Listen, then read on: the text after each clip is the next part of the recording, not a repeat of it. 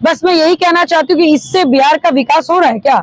अगर हमारे राष्ट्रीय अध्यक्ष जी के पिताजी के स्वर्गीय श्री रामविलास पासवान जी के बारे में, उनकी मम्मी के बारे में, उनके बारे में बोलने से अगर बिहार का विकास हुआ होता तो 17 सालों में हो गया होता। सवाल यह है कि उस महिला पर सवाल क्यों, उस महिला को लेकर टिप्पणी क्यों? अभी एक महिला है जी, और उस महिला को लेकर टिप्पणी क्यों, जिनका राजनीति से कोई लेना देना नहीं है, जो राजनीतिक बयान नहीं देती हैं, राजनीतिक बयानबाजी नहीं करती हैं, जो बहुत पर्दे के सामने नहीं है। बैकग्राउंड का पता चलता है, अगर मैं उनकी बैकग्राउंड की बात, उनके संस्कारों का पता चलता है और हमें कोई मतलब नहीं है। Let them talk. एक कहावत है, हम लोग एक स्कूल में बात सुने थे, बचपन में सुने थे कि we don't fight with pigs, हम लोग पिग के साथ लड़ाई नहीं करते। तो वही बात आप समझ लीजिए कि कुछ लोग बकवास करते रहेंगे, हम लोग एक कान से सुनेंगे, दूसरे कान से हटा देंगे। और सबसे इम्पोर्टेंट बात, इससे बिहार की विकास की क्या संबंध, मेरे पर्सनल लाइफ से बिहार का विकास का क्या संबंध, हमारे नेता के पर्सनल बिहार का विकास का। आप लोग विकास की बात नहीं करो, अभी आप लोग बात को गोल गोल घुमा के इधर उधर करके लोगों का मन भटका रहे हो और लोगों के दृष्टिकोण को, माने आप सोच को बदलने की कोशिश करो कि,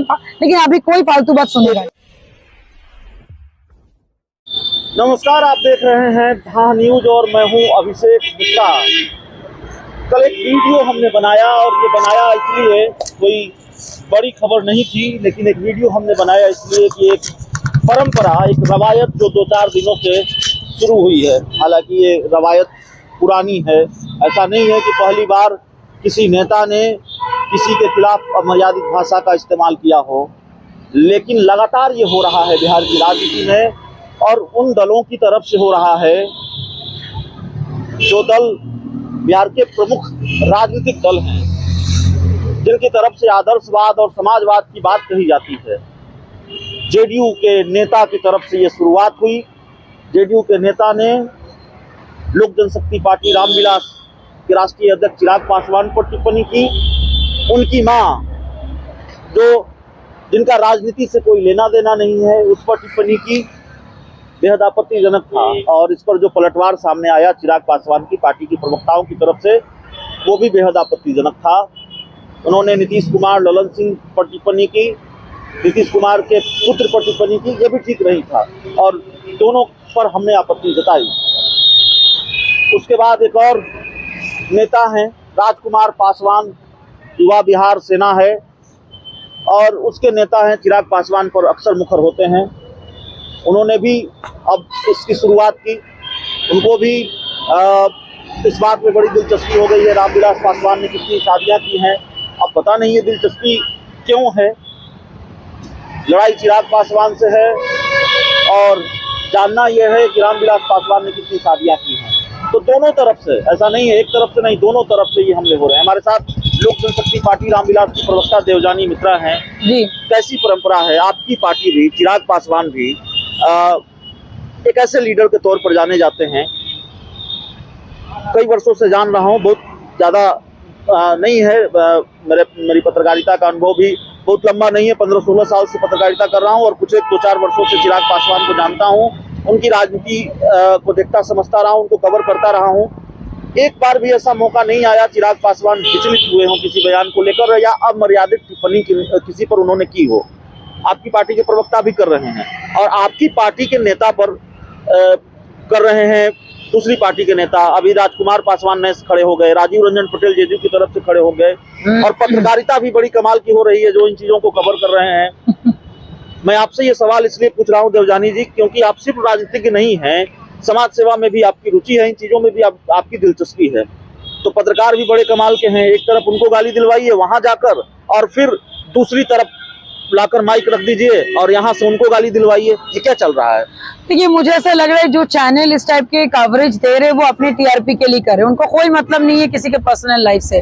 और मैं तो मतलब दाद देती हूँ उन नेताओं का, राजीव रंजन पटेल जी का, जो उस दिन डिबेट से पहले ही मेरे को देखते साथ ही वो माफी मांग लिए।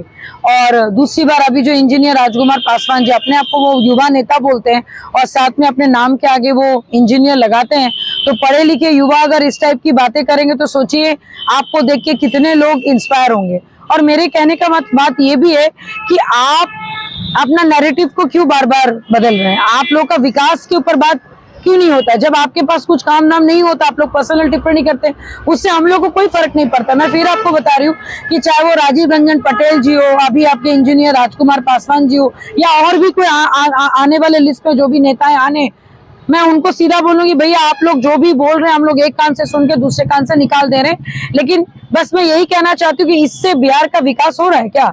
अगर हमारे राष्ट्रीय अध्यक्ष जी के पिताजी के स्वर्गीय श्री रामविलास पासवान जी के बारे में, उनकी मम्मी के बारे में, उनके बारे में बोलने से अगर बिहार का विकास हुआ होता तो 17 सालों में हो गया होता। सवाल यह है कि उस महिला पर सवाल क्यों, उस महिला को लेकर टिप्पणी क्यों? अभी एक महिला है जी, और उस महिला को लेकर टिप्पणी क्यों, जिनका राजनीति से कोई लेना देना नहीं है, जो राजनीतिक बयान नहीं देती हैं, राजनीतिक बयानबाजी नहीं करती हैं, जो बहुत पर्दे के सामने नहीं है।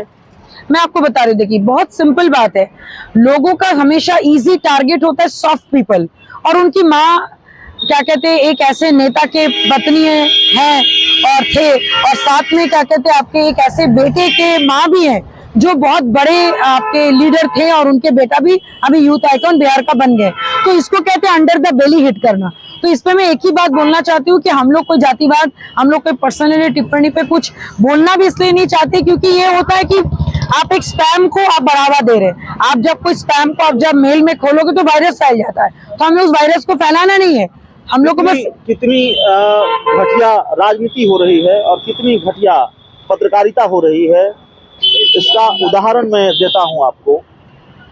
कल एक नेताजी का फोन आया, और बिल्कुल मैं कैमरे के सामने कह रहा हूं, जो लोग मुझे ठीक से जानते हैं, मैं यूं ही कुछ नहीं कहता, डंके की चोट पर कहता हूं। एक नेताजी ने मुझे फोन किया और कहा मैं चिराग पासवान के गोत्र पर कुछ बोलना चाहता हूं। मुझे जो सुनाना था वो मैंने सुना दिया, और पता नहीं कितना भरोसा है। देखिए, पत्रकारों को फोन करके कहा जा रहा है कि मैं चिराग पासवान के गोत्र पर बोलना चाहता हूं। अरे आपके गोत्र पर कोई बोलेगा उस पर भी हमें आपत्ति होगी। ऐसी पत्रकारिता न हम करना चाहेंगे और ऐसी राजनीति न हम बर्दाश्त करेंगे। एक आम नागरिक के तौर पर भी ये ठीक नहीं है, और पत्रकार के तौर पर भी हमें ये अच्छा नहीं लग रहा। लेकिन ये हो रहा है बिहार की राजनीति में मैम। लेकिन सवाल आप पर भी उठेंगे ना, आपकी पार्टी के प्रवक्ताओं की तरफ से भी इस तरह के बयान है। ये बात ठीक है कि पार्टी के नेता होने के तौर पर उनका रिएक्शन हो सकता है, उनका आक्रोश हो सकता है। उनकी पार्टी के सुप्रीमो की मां के बारे में बोला गया, शुरुआत जेडीयू की तरफ से हुई, लेकिन उन्होंने भी जिन शब्दों का इस्तेमाल किया वो भी ठीक नहीं थे ना।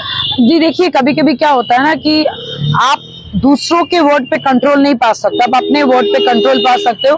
और मैं अपने बातों पे कंट्रोल पाके मैं यही बोलना चाहूंगी कि हम लोग इस टाइप के बातों को नजरअंदाज करते हैं, नजरअंदाज करना भी चाहिए, क्योंकि हमारा लक्ष्य एक ही है, हमारा लक्ष्य है बिहार का विकास। आप भैया उनके पर्सनल लाइफ पे क्या बोलो, उनके माताजी के ऊपर क्या बोलो, उससे हमें कोई मतलब नहीं है, हमें कोई साहूकार नहीं है। इसलिए नहीं है क्योंकि हमें पता है कि आपको रखा ही गया है बकवास करने के लिए। आपको अभी बोला गया कि भाई हमारे पास अभी कुछ करने का है नहीं, शराबबंदी फेल है, लाठियां चल रही है, हत्याएं हुई है, तो भैया अभी करे तो क्या करे। अभी सबको ये पता है कि अभी बहुत बड़े नेता के रूप में और आगे 2024-25 में जो बहुत बड़ा जो दहाड़ मारने वाले नेता है वो है हमारे आदरणीय श्री चिराग पासवान जी। तो ये डर कहीं ना कहीं उनको ये करने पर मजबूर कर रहा है। लगता नहीं ये बहुत गलत है। चिराग पासवान ने कभी राजनीति में मतभेद होते हैं, मतभेद को मनभेद नहीं बनने दिया, कभी नहीं। जिस नीतीश कुमार की सबसे मुखर आवाज है चिराग पासवान, नीतीश कुमार की मुखालफत लगातार कर रहे हैं, उनका विरोध कर रहे हैं।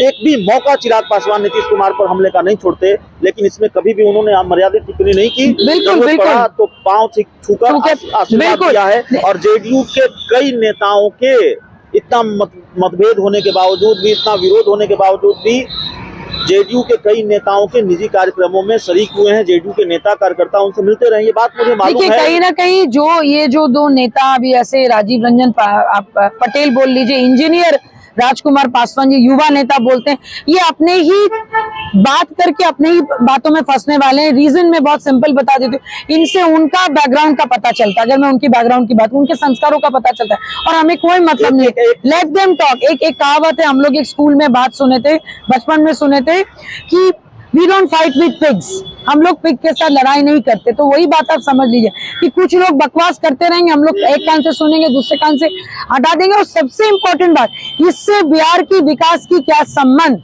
मेरे पर्सनल लाइफ से बिहार का विकास का क्या संबंध, हमारे नेता के पर्सनल बिहार का विकास का। आप लोग विकास की बात नहीं करो, अभी आप लोग बात को गोल गोल घुमा के इधर उधर करके लोगों का मन भटका रहे हो और लोगों के दृष्टिकोण को माने आप सोच को बदलने की कोशिश करो कि लेकिन अभी कोई फालतू बात सुनेगा एक आखिरी सवाल है, जी। सवाल ये है कि क्या ये सब इसलिए भी हो रहा है, जो मुझे समझ में आता है, आप बेहतर बता पाएंगे क्योंकि आप उस पार्टी की नेत्री हैं, उस पार्टी के प्रवक्ता हैं, क्या ये सब इसलिए भी हो रहा है क्योंकि ये कयास है, ये भनक है दूसरे राजनीतिक दलों की कि चिराग पासवान की मां रीना पासवान भी राजनीति के मैदान में आ सकती हैं, 2024 का लोकसभा चुनाव लड़ सकती हैं और पर्दे के सामने आ सकती हैं और इस वजह से उन पर निजी हमले हो रहे हैं? देखिए मैं आपको बात एक बता दूं, आने वाले समय में क्या होगा ना मेरे हाथ में ना आपके, ना हम जानते हैं ना आप जानते हैं।